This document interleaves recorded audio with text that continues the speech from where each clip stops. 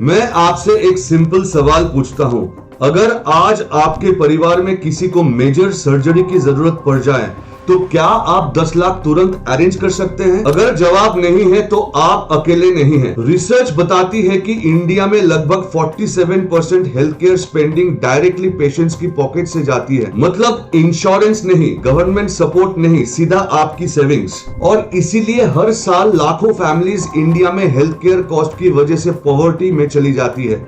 इसका मतलब समझिए, बीमारी सिर्फ हेल्थ क्राइसिस नहीं बनती, वो बन जाती है फाइनेंशियल डिजास्टर। आपको शायद लगता होगा कि बीमार होना एक हेल्थ रिस्क है, लेकिन सच्चाई ये है, इंडिया में बीमार होना एक फाइनेंशियल रिस्क है। और मैं ये बात आपको डराने के लिए नहीं कह रहा हूं, मैं ये इसलिए कह रहा हूं क्योंकि एक हॉस्पिटल बिल आपके 10 साल की सेविंग्स को 10 दिन में खत्म कर सकता है। अगर आपको ये गंभीर समस्या अभी तक रिलेटेबल लग रही है, make sure you hit the like, क्योंकि ये वीडियो हर इंडियन को देखनी चाहिए। आज हम बात करेंगे medical bankruptcy, health care inflation crisis और वो मिडिल क्लास ट्रैप जिसमें इंडिया का अर्बन प्रोफेशनल्स फंस चुका है। और वीडियो के अंत में मैं आपको एक practical financial survival road map भी दूंगा, क्योंकि हेल्थ इमरजेंसी प्रेडिक्टेबल नहीं होती, लेकिन फाइनेंशियल प्रिपरेशन पॉसिबल है। तो अंत तक जरूर जुड़े रहिएगा। इंडिया में बीमारी आपको सिर्फ फिजिकली नहीं तोड़ती, वो फाइनेंशियली खत्म कर देती है। अगर आप प्रिपेयर्ड नहीं हो तो एक ऐसी सच्चाई जो थोड़ी कड़वी है, थोड़ी डरावनी भी है, लेकिन इसे जानना आपके और आपके परिवार के फ्यूचर के लिए सबसे जरूरी है। अगर आप मेट्रो सिटीज में रहते हैं और अपनी पहली या दूसरी जॉब के साथ फ्रीडम को एंजॉय कर रहे हैं, तो ये वीडियो आपके लिए वेकअप कॉल है। आपको लगता होगा कि इन्फ्लेशन का मतलब है पेट्रोल या मिल्क प्राइसेस का बढ़ना, लेकिन असली साइलेंट किलर है मेडिकल इन्फ्लेशन। आपको लगता होगा कि इन्फ्लेशन 6 to 7% ही है, लेकिन हेल्थ केयर में इन्फ्लेशन कितना पता है? 12 to 14%। मतलब आपकी सैलरी जितनी तेजी से नहीं बढ़ रही, हॉस्पिटल बिल्स उससे दुगनी तेजी से बढ़ रहे हैं। आज अगर किसी ट्रीटमेंट की कॉस्ट है 5 लाख, तो 5 साल बाद वही ट्रीटमेंट हो सकता है 9 लाख, क्योंकि imported medical equipment, advance technology, private hospital pricing, insurance billing सब मिलकर क्रिएट करते हैं हेल्थ केयर इन्फ्लेशन स्पाइरल। और ये प्रॉब्लम साइलेंटली तेजी से ग्रो कर रही है। आपने शायद सुना होगा एम्स दिल्ली में ट्रीटमेंट ऑलमोस्ट फ्री होता है, और ये बिल्कुल सच है, लेकिन इस सिस्टम में एक हिडन कॉस्ट भी है, जिसे मैं कहता हूं वेट टाइम टैक्स। मतलब पैसा नहीं देना पड़ता, लेकिन आपको समय देना पड़ता है, और कई बार ये समय होता है 1 से 2 साल।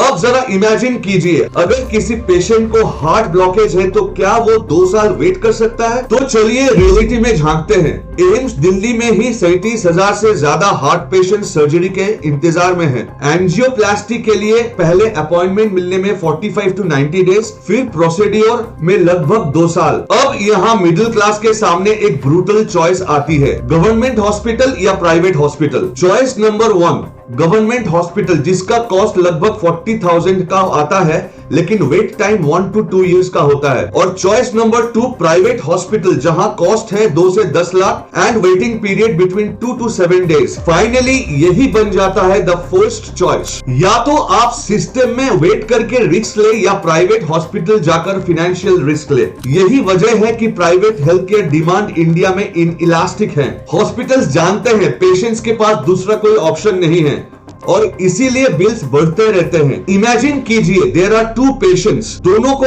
एग्जैक्ट सेम डिजीज है। पहला पेशेंट जाता है गवर्नमेंट हॉस्पिटल में, जहां पे टोटल कॉस्ट 40,000 का है। दूसरा पेशेंट जाता है कॉर्पोरेट प्राइवेट हॉस्पिटल में, जहां पे टोटल कॉस्ट लगभग 4 to 5 लाख का होता है for the same disease, for the same surgery, लेकिन बिल 10 गुना ज्यादा, क्योंकि कॉर्पोरेट हॉस्पिटल्स ऑपरेट करते हैं एक बिजनेस मॉडल पर, और हेल्थ केयर अब बन चुका है हाई मार्जिन इंडस्ट्री। अब जरा सोचिए, अगर इमरजेंसी में आपको ये चॉइस मिले कि वेट इन गवर्नमेंट हॉस्पिटल या immediate treatment in private hospital, तो क्या चुनेंगे आप? एग्जैक्टली यही वजह है कि लोग कुछ भी पे करने के लिए तैयार हो जाते हैं। बहुत लोग सोचते हैं रिलैक्स, मेरे पास इंश्योरेंस है, लेकिन प्रॉब्लम यही से शुरू होती है, क्योंकि इंडिया में हर 2 में से 1 जन के पास हेल्थ इंश्योरेंस कवरेज 10 लाख से कम है। और जब मेजर इलनेस आता है तब पता चलता है room rent caps, consumable nots covered, claim rejections, hidden exclusions लेके हॉस्पिटल का बिल आता है 12 लाख, मगर इंश्योरेंस कवर करता है केवल 5 लाख,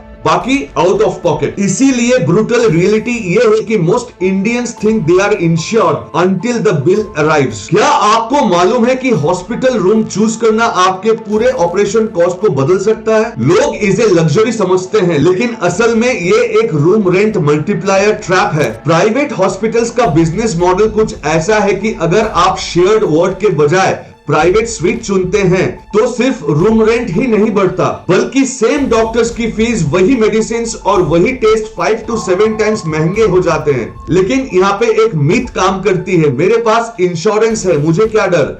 ये सबसे बड़ा इल्यूशन है फ्रेंड्स। ज्यादातर अर्बन इंडियंस का हेल्थ इंश्योरेंस कवरेज 10 लाख से कम होने की वजह से जब बात कैंसर या ऑर्गन ट्रांसप्लांट जैसे बड़े मेडिकल एक्सपेंस की होती है तो ये अमाउंट समुद्र में एक बूंद जैसा लगता है। अगर आपकी इंश्योरेंस पॉलिसी में रूम रेंट कैपिंग 5000 का है और आप हॉस्पिटल में 10,000 का कमरा ले लेते हैं तो इंश्योरेंस कंपनी सिर्फ रूम रेंट पर ही नहीं बल्कि ऑपरेशन चार्जेस और डॉक्टर की फीस पर भी प्रोपोर्शनेट डिडक्शन लगा देती है। और यही से शुरू होता है रूम रेंट मल्टीप्लायर का खेल। मतलब कैलकुलेशन कुछ इस तरह होती है, approved claim is equal to allowed rent divided by actual rent into total bill. जरा सोचिए, आप एक बहुत लग्जूरियस ग्लास पैलेस बना रहे हैं जहाँ पे हर ईंट आपकी हार्ड वर्क की है, आपकी एसआईपी है, आपकी स्विगी और जेप्टो कन्वीनियंस भी है, लेकिन आपने एक गलती कर दी, उस पैलेस के चारों तरफ कोई प्रोटेक्शन वॉल नहीं बनाई। इंडिया में एक सीरियस इलनेस उस पत्थर की तरह है जो आपके इस पूरे ग्लास पैलेस को एक झटके में चकनाचूर कर सकती है। क्या आप जानते हैं कि हर साल करीब 5.5 करोड़ इंडियंस सिर्फ मेडिकल एक्सपेंस की वजह से पॉवर्टी लाइन के नीचे चले जाते हैं? यह है मेडिकल बैंक्रप्सी जो आपके डोरस्टेप पर दस्तक दे सकती है अगर आप आज नहीं संभले तो। आप सोचते होंगे कि ऑफिस का 3 लाख या 5 लाख इंश्योरेंस कवरेज काफी है, जो कैंसर या ऑर्गन ट्रांसप्लांट जैसी बीमारियों के लिए ऊंट के मुंह में जीरा जैसा है। और ऊपर से आता है प्रोपोर्शनेट डिडक्शन का मैथमेटिक्स। हम हर महीने 15,000 कन्वीनियंस पर खर्च कर देते हैं जैसे जेप्टो, स्विगी और उबर पे,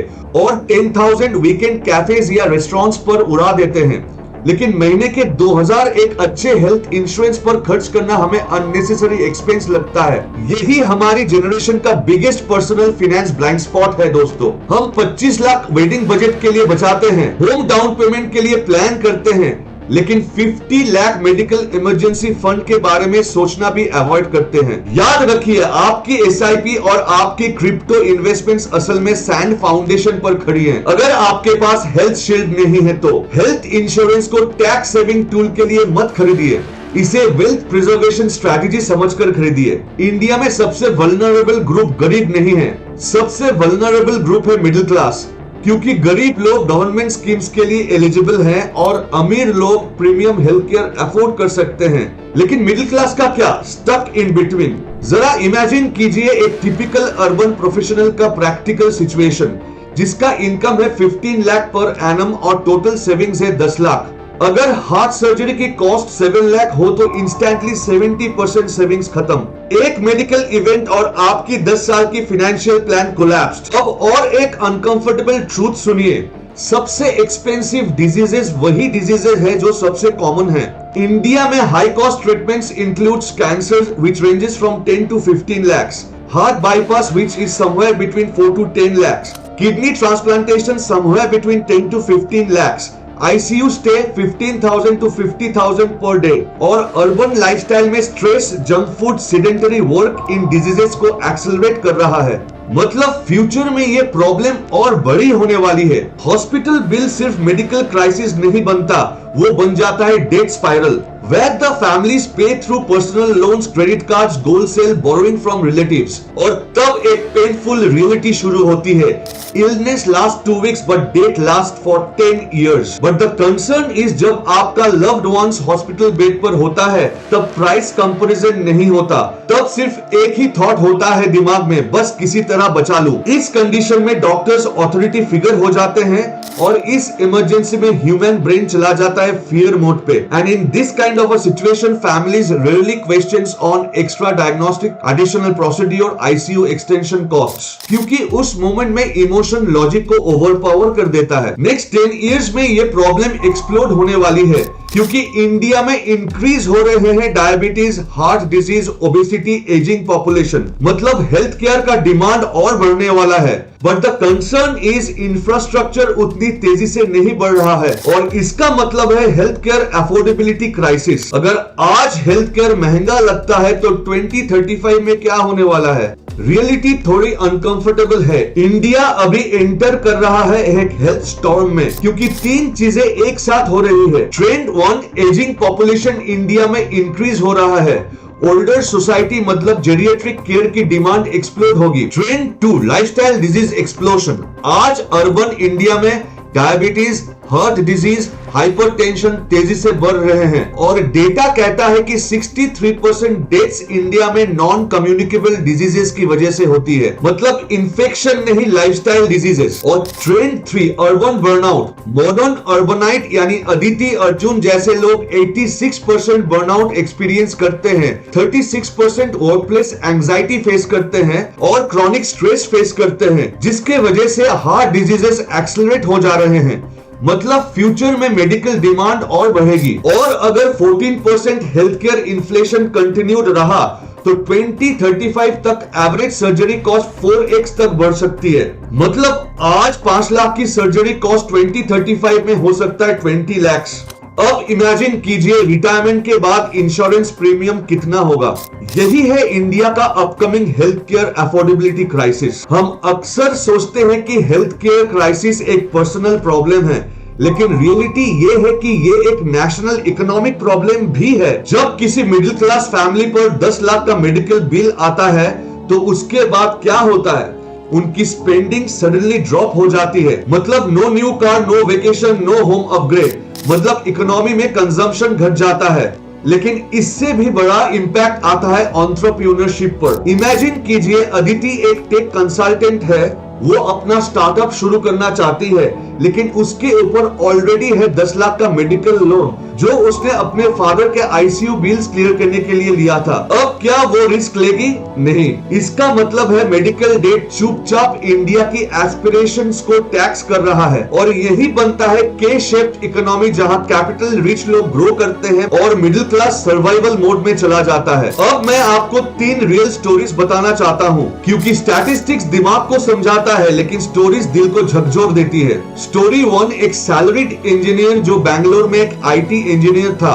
उनका सैलरी था 1.2 लाख पर मंथ। उसकी मदर को हुआ स्टेज 4 ब्रेस्ट कैंसर। उसके पास कॉर्पोरेट इंश्योरेंस था 5 लाख का, लेकिन ट्रीटमेंट कॉस्ट था 28 लाख। इंश्योरेंस पहले महीने में ही खत्म। बाकी ट्रीटमेंट के लिए उसे अपनी इनहेरिटेड प्रॉपर्टी बेचनी पड़ी। कैंसर तो बच गया लेकिन फैमिली की फाइनेंशियल सिक्योरिटी खत्म हो गई। अब दूसरी स्टोरी में चलते हैं, the ICU death trap. Mumbai में एक यंग कपल था। रोड एक्सीडेंट के बाद हस्बैंड आईसीयू में रहा 15 दिन। हॉस्पिटल का बिल आया 10 लाख। उन्होंने लिया 14% इंटरेस्ट में पर्सनल लोन। आज 3 साल बाद भी उनकी सैलरी का 40% ईएमआई में जाता है और इसीलिए they had to postpone the plan for having a child. और स्टोरी 3 है रिटायर्ड कपल के बारे में। एक रिटायर्ड गवर्नमेंट एम्प्लॉय ने पूरी लाइफ सेविंग्स जमा की थी ग्रेचुइटी और पेंशन मिला के, लेकिन जब उनकी वाइफ को किडनी ट्रांसप्लांटेशन की जरूरत पड़ी तो सर्जरी कॉस्ट आया 14 लाख का। उनकी सारी रिटायरमेंट सेविंग्स खत्म। आज वे डिपेंड करते हैं अपने बच्चों पर ग्रोसरीज के लिए। इन स्टोरीज में फ्रेंड्स एक क्रूएल पैराडॉक्स छुपा है।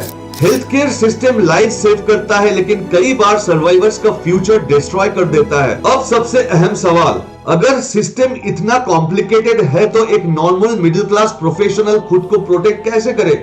इसीलिए अगले सेक्शन में मैं आपको बताने वाला हूं the financial health defence system, जो आपको बचा सकता है मेडिकल बैंकरप्सी के ट्रैप से। Step 1, the real cover. कम से कम 20 to 50 लाख बेस प्लान या सुपर टॉप अप प्लान ले। सिर्फ ऑफिस इंश्योरेंस कवरेज पर डिपेंडेंट मत रहिए। Step 2, read the fine print. हमेशा ऐसी पॉलिसी चुनिए जिसमें नो रूम रेंट कैपिंग हो, वरना हॉस्पिटल बिल आपकी सारी सेविंग्स खा सकता है। Step 3, medical emergency buffer. अपनी सेविंग्स में एक हिस्सा सिर्फ मेडिकल इमरजेंसी के लिए लिक्विड कैश में रखिए। Step 4, prevention is cheaper. Gym membership और हेल्दी डाइट पर खर्च करना असल में एक फाइनेंशियल इन्वेस्टमेंट है, क्योंकि ये आपको फ्यूचर के 50 लाख हॉस्पिटल बिल से बचा सकता है। तो आज से ही कम से कम 1 आवर का वर्कआउट कीजिए और हेल्दी डाइट लीजिए। The wise side of life का सिर्फ एक ही मंत्र है, एक्शन फर्स्ट। आज ही अपनी ऑफिस इंश्योरेंस पॉलिसी चेक कीजिए और देखिए कि उसमें रूम रेंट कैप है या नहीं। अगर ये जानकारी आपको आई ओपनिंग लगी तो इसे अपने उन दोस्तों के साथ शेयर कीजिए जो अपनी सैलरी सिर्फ एक्सपीरियंस पर खर्च कर रहे हैं, चाहे वो वेकेशन एक्सपीरियंस हो या फूड एक्सपीरियंस। कमेंट सेक्शन में बताइए, क्या आपके साथ कभी ऐसा हुआ है कि इंश्योरेंस होने के बाद भी आपको अपनी पॉकेट से हेवी पेमेंट करनी पड़ी? मैं आपको डराना नहीं चाहता, लेकिन आपको जागरूक करना चाहता हूं। फाइनेंशियल प्लानिंग सिर्फ इन्वेस्टमेंट नहीं है, रिस्क प्रोटेक्शन भी है। अगर आप न्यू जनरेशन से हैं तो अभी आपके पास सबसे पावरफुल एसेट है टाइम। और अगर आपने आज health insurance, emergency fund, preventive health, इन 3 चीजों पर ध्यान दिया तो फ्यूचर में आप बच सकते हैं मेडिकल बैंकरप्सी के ट्रैप से। अगर आपको लगता है कि इंडिया में हेल्थ केयर कॉस्ट क्राइसिस एक रियल प्रॉब्लम है तो इस वीडियो को शेयर जरूर कीजिए, क्योंकि अवेयरनेस भी एक प्रोटेक्शन ही है। और अगर आप चाहते हैं कि मैं अगली वीडियो में बताऊं कि 50,000 सैलरी पर 50 लाख हेल्थ प्रोटेक्शन कैसे बिल्ड करें, तो कमेंट पे लिखिए, health is greater than wealth. This is Partha Chatterjee, helping you think richer, live wiser and grow stronger. See you in the next video. Stay aware and stay prepared. Thank you.